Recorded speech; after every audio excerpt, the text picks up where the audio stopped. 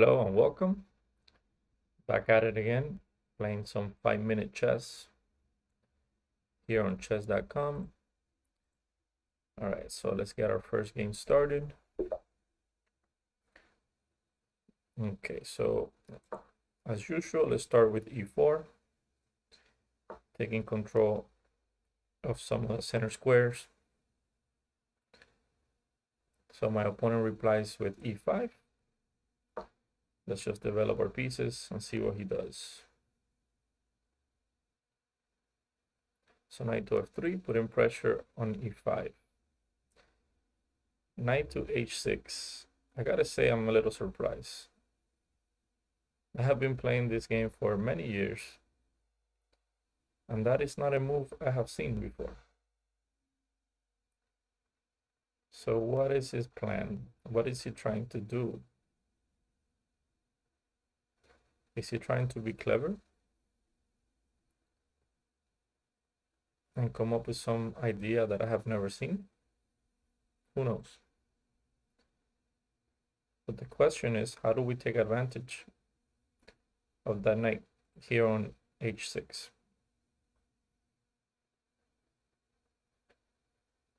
I have a couple of ideas. I want to push this pawn forward, putting some pressure in the center, and at the same time opening up the diagonal for my bishop to take his knight on h6 and ruin his pawn structure in front of his king. I quite like that plan. Let's go for it. So here we're striking in the center, and he takes the pawn, but we're good. We're just going to capture his knight. And now the pawn structure around his king and king side is a little bit damaged. So we're going to take here with our queen, putting pressure on his rook on the h8. Okay, so he protects his rook by putting his pawn on f6. Quite frankly, we have to be much better in this position. But how can we put more pressure on him just so that we can finish the game quicker? So I quite like the idea of just finishing my development. For example, some knight to c3, castle queenside, put a bishop on c4, maybe the knight from c3 coming to d5, putting more pressure on the pawn on f6. So those all seem like possible logical moves. Okay. I shouldn't be taking this much time, especially in a position that we're much better. This guy is really confusing me everywhere. He keeps playing these knights to the rims, which cannot be good. Okay. I am going to capture that one as well. And now let's put our king to safety. So just looking from the outside of this position, I am quite happy. And now he's giving us a free pawn on a7. But I am a little scared of taking it just because he has some rook to b6, and then my queen doesn't have a lot of squares. But I think I could follow that up with knight to d5, attacking his rook. So let's go for it.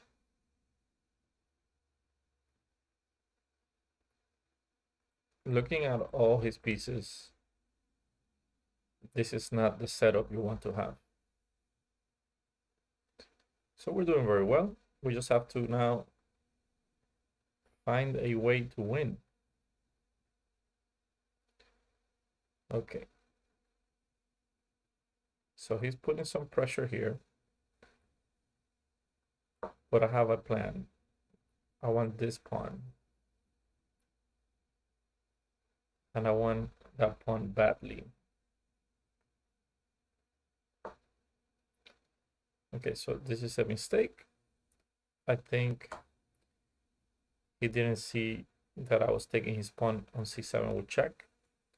Now his rook is going to drop. And we will take it. So his king is very exposed. So what I want to do here is open up more lines so that I can attack. So let's do that. Now knight to c6 is a big threat, winning the queen. We're also ready to come with the rook here. But all right, bishop to g7 is a big mistake because after this move, we're simply going to capture the queen. Notice that the pawn on d7 is pinned, so he cannot capture my knight. And here we can just simply play like this. Okay, he refuses to capture. So let's give him a check here. Let's see where he goes. Since now we have knight check, picking up his rook. And this is just a matter of time now. I probably had checkmate, but at this point, who cares? We're just going to take all his pieces.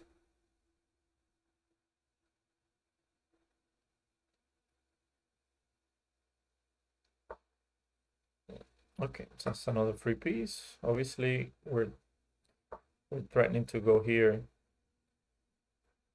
I think, with the queen and some pawn to f3 checkmate. All right. Very, very easy win, I must say.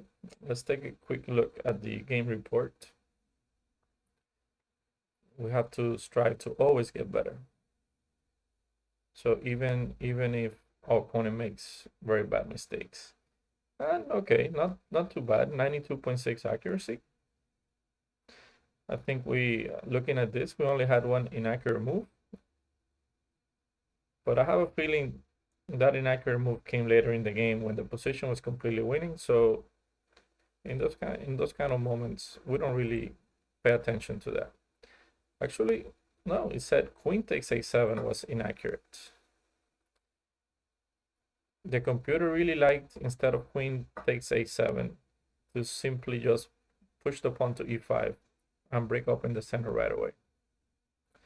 I quite like that idea, actually. It makes a lot of sense. The king's still in the center.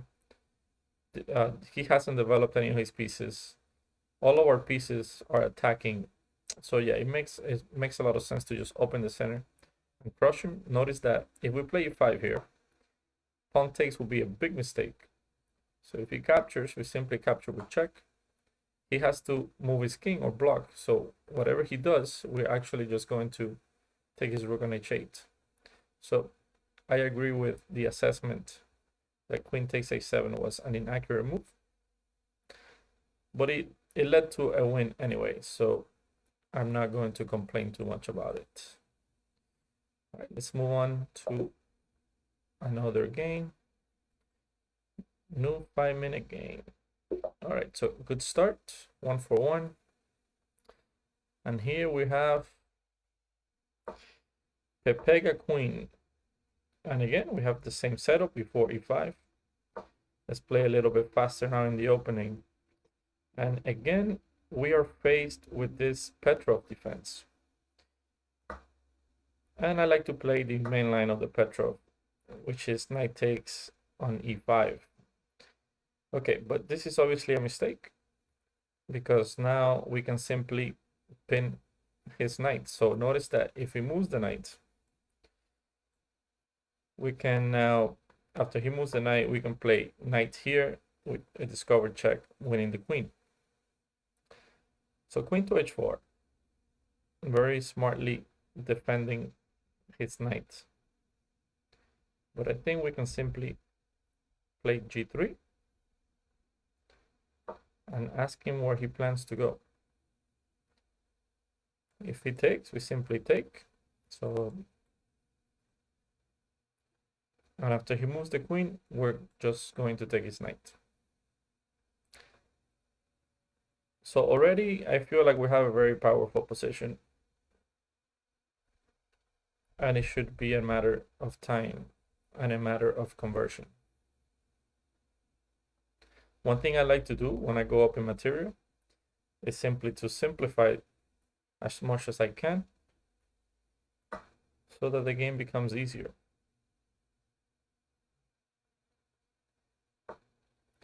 Okay, so that is also going to lead to loss of material.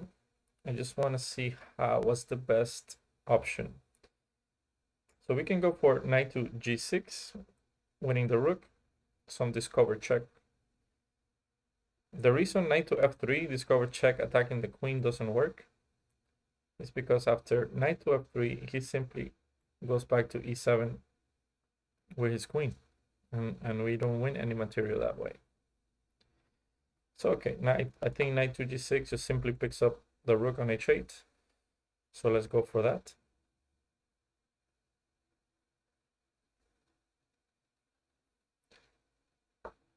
We are simply much better here.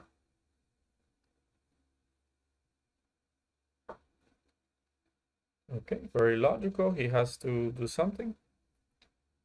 And at this point, I don't mind trading queens, but this is also a very juicy pawn. And I think I'm going to take it. Now his rook is hanging. There's also some ideas with queen to c8. Although right now it doesn't lead too much. Okay, so our opponent decides to resign here. Let's take a quick look at the game report and see where we could have played better, or where our opponent could have played better. So I'm not surprised that the accuracy in this game is so high, since the moves were pretty easy to spot.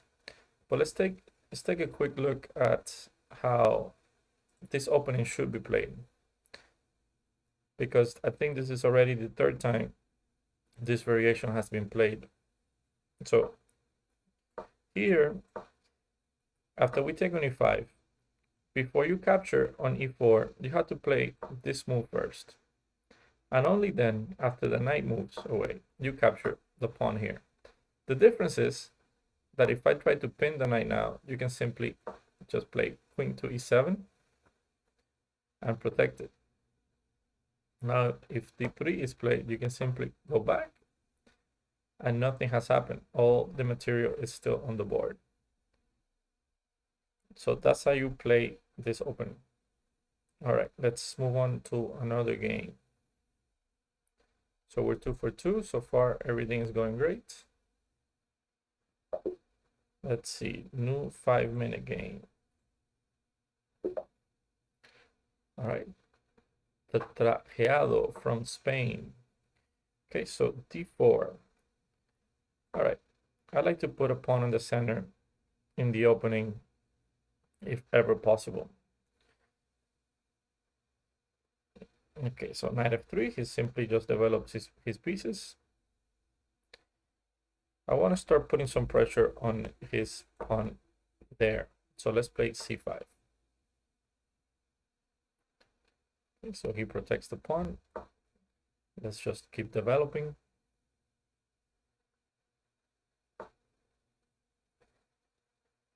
Okay, I see what you're doing, my man. I see what you are doing. But if you wanna trade these two pieces, I'll be fine with that. You can give me your bishop pair. Although he's also threatening to come here with his knight, which quite honestly is very annoying. It's very annoying. So how can we prevent this move? This is the one that really bothers me. Okay, I think bishop here should do the trick. And that is a very weird move. This in the previous move didn't work because he simply just protects it. Protects the bishop with knight to c3.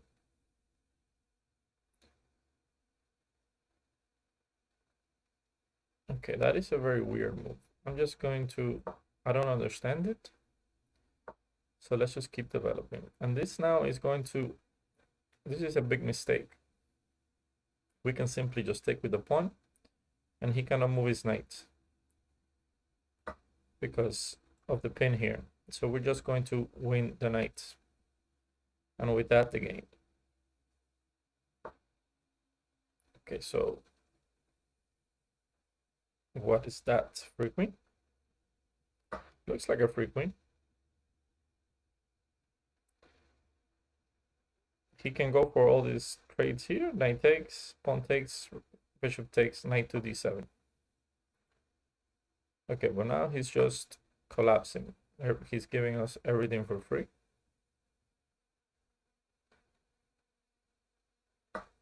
So this game should be finishing rather quickly as well.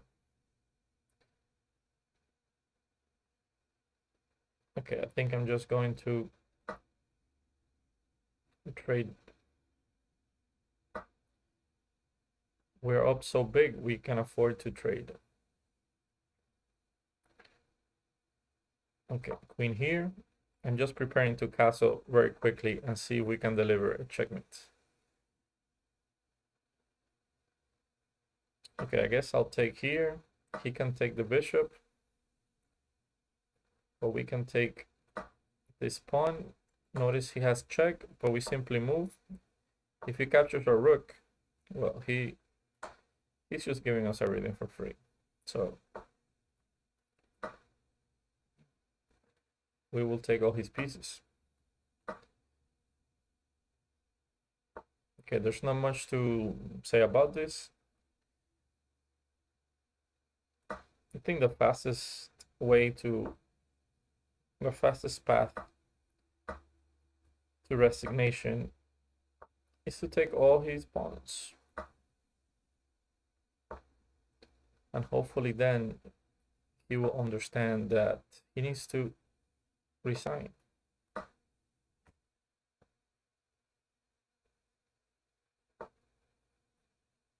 Okay, we're throwing a check. Take his knights. These are obviously by no means the most accurate moves. So I just wanted to take all his pieces. And now we'll go for checkmate.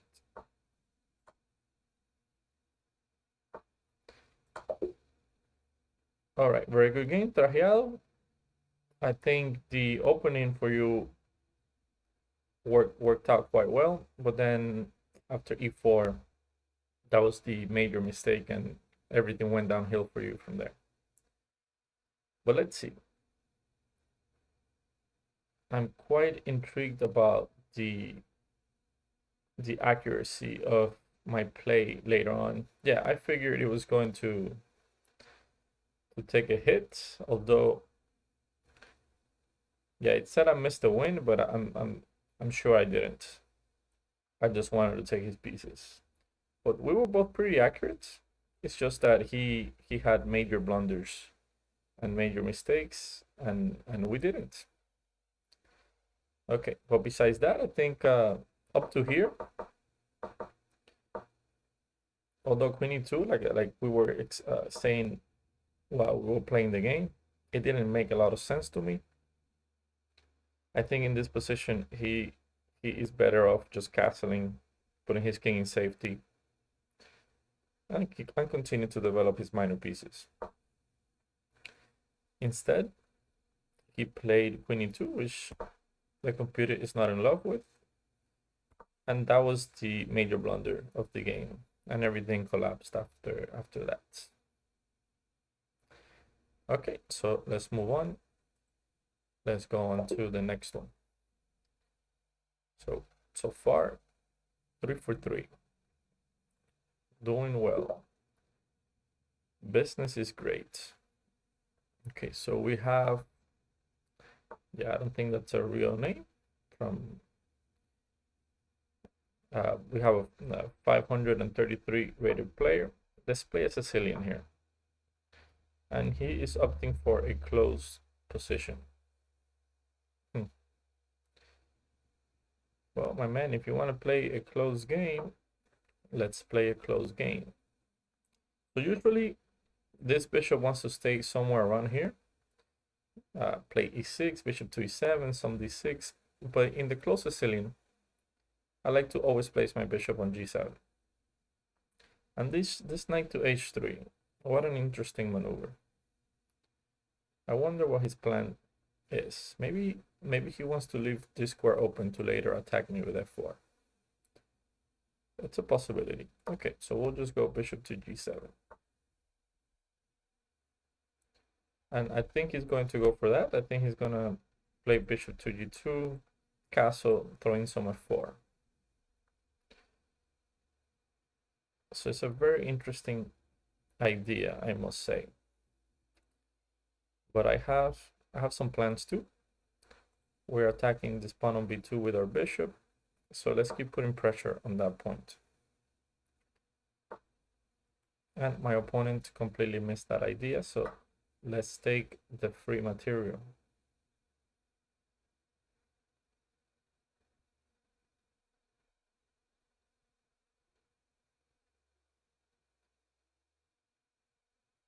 Of course, we're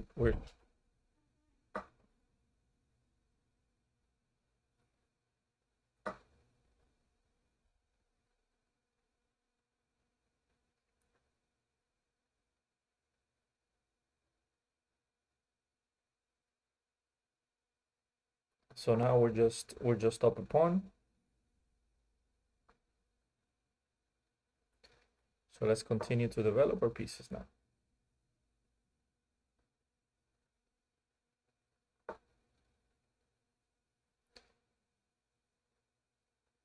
Okay, let's give this quick check.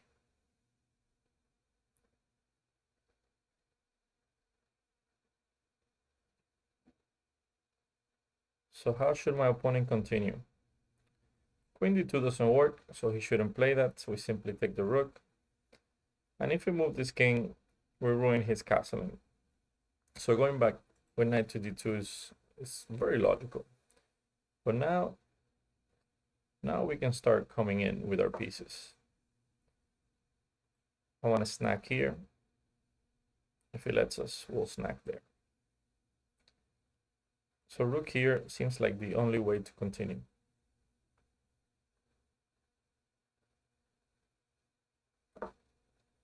Okay, so that's another free pawn.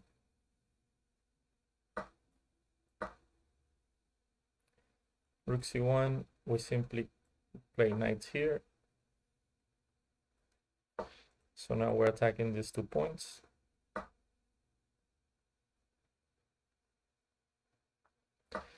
The only thing I don't like is that we have not developed anything, and that could come back to haunt us. But right now, as of right now, we're getting away with it. So some rook to c1 now, we can simply play knight to c6 and prevent any disaster from happening. And we're just a move away now from castling and putting everything under control. And we're up a lot of pawns, so it should be easy peasy from now.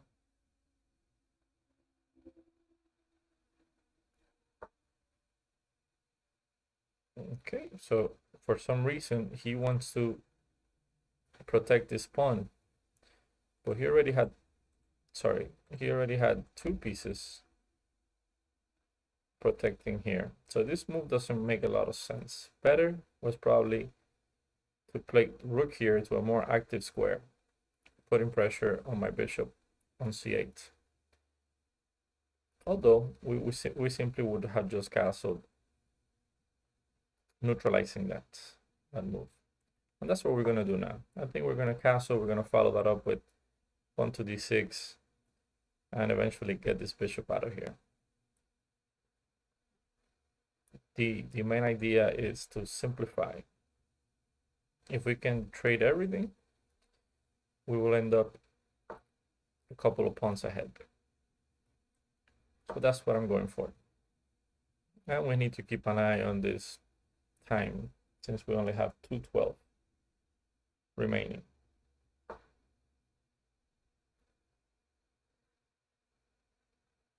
So where should we put the bishop is the question.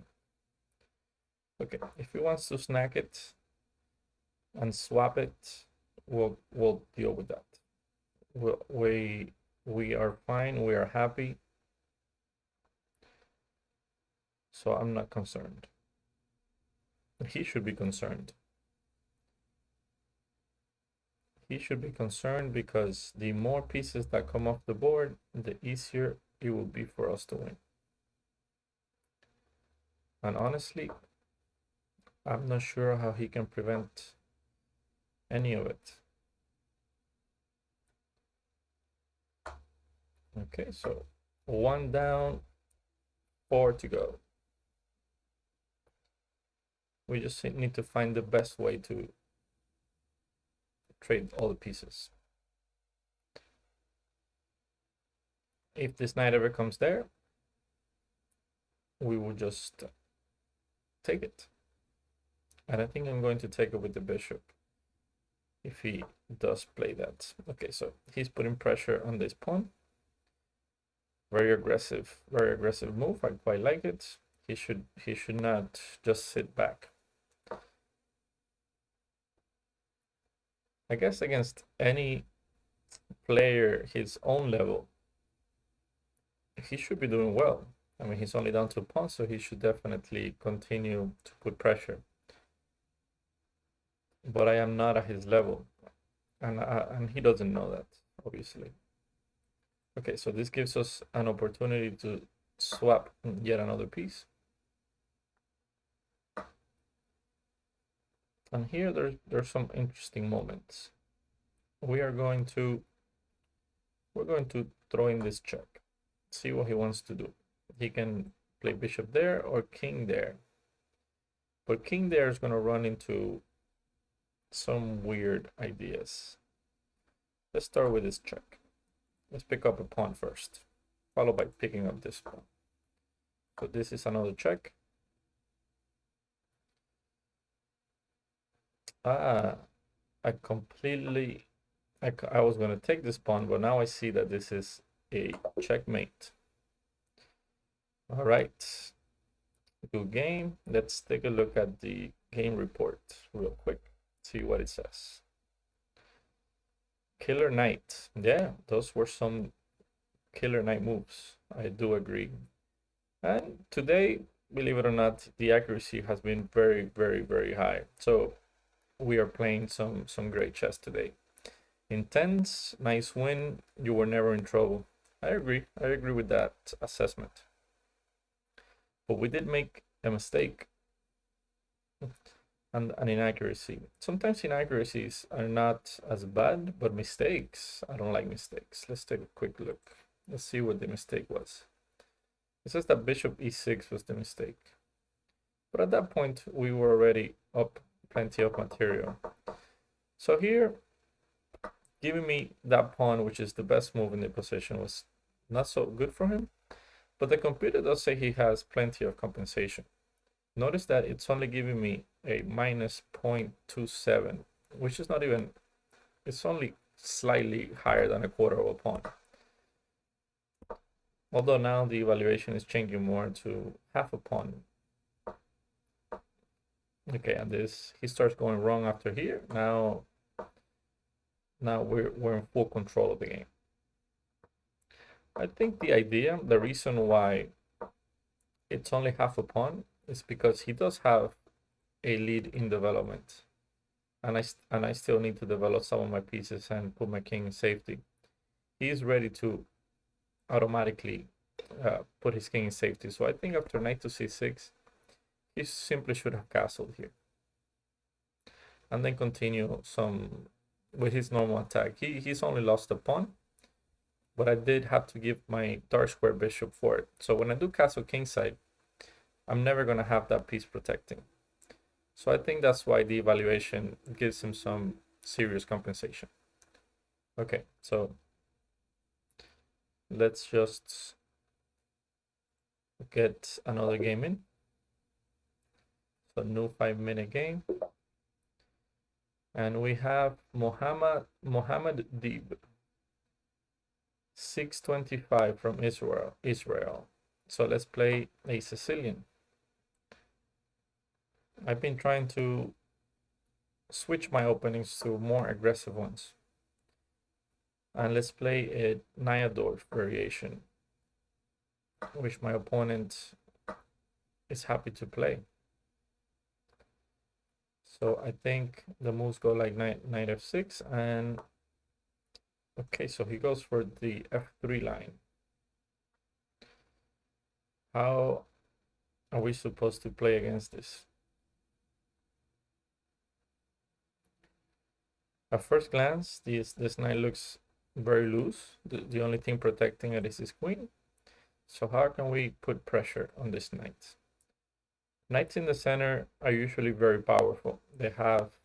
These are the so-called octopus knights, since they can go to many different squares.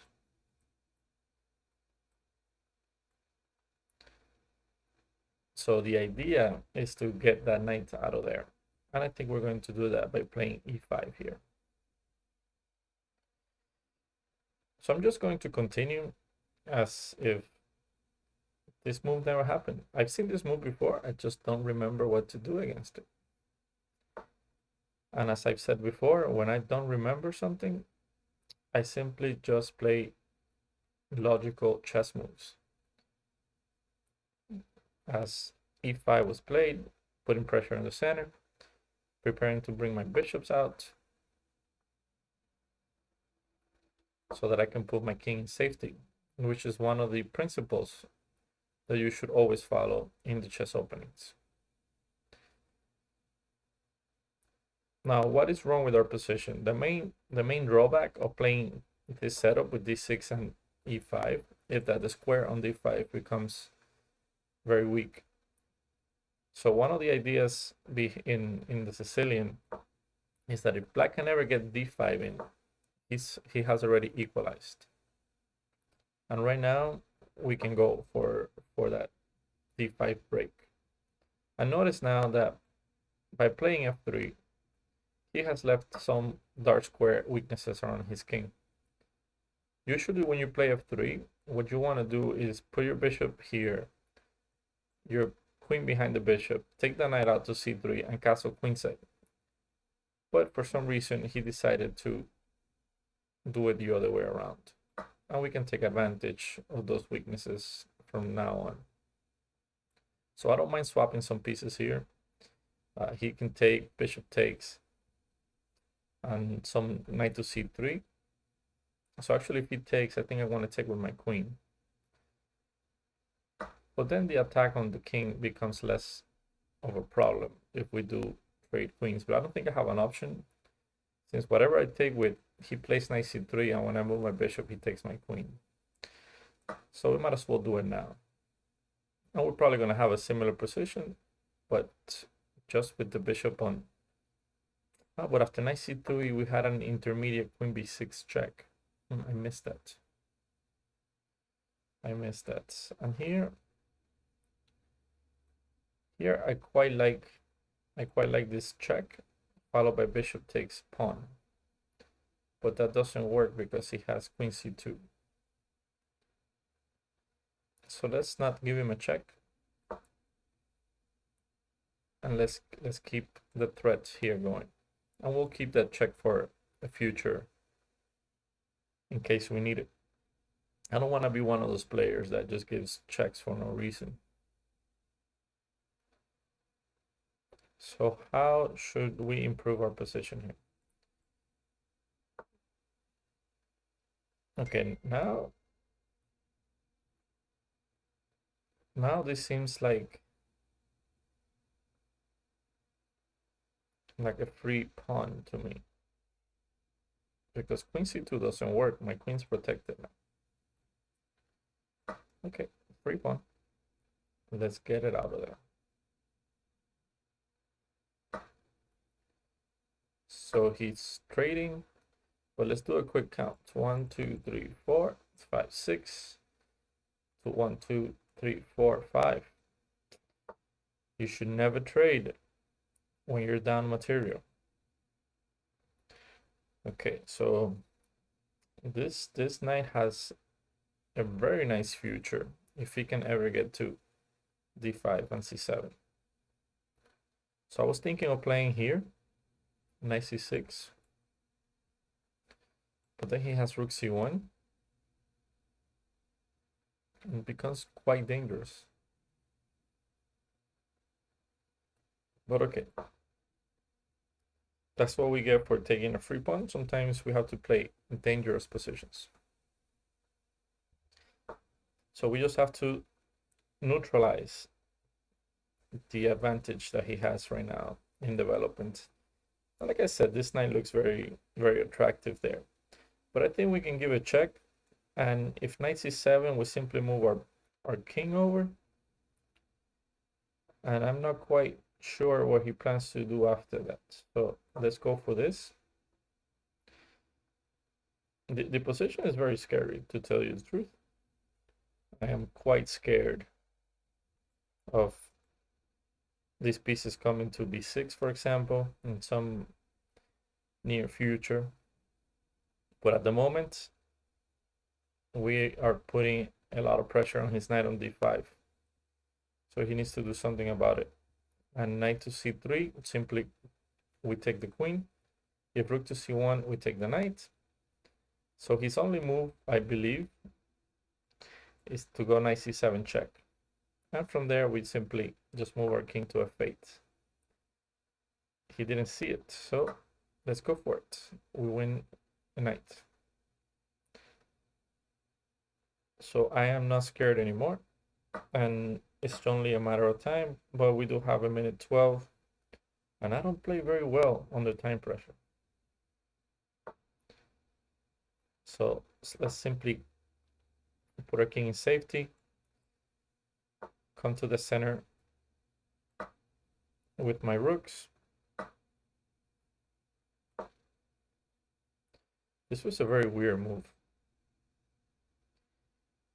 I'm not sure why he didn't take with the bishop. Now his pawn structure around his king is completely, I mean, it was already bad, but now it's even worse. Okay, so here, let's put some pressure on this pawn. And now let's open up some breathing room for our king to move. I want to go there and take.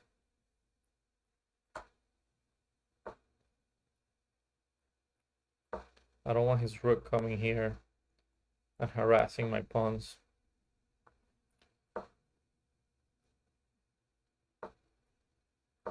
Okay, I want to keep that pawn there. So now when my bishop comes here, we can, I'm sorry, we can take it.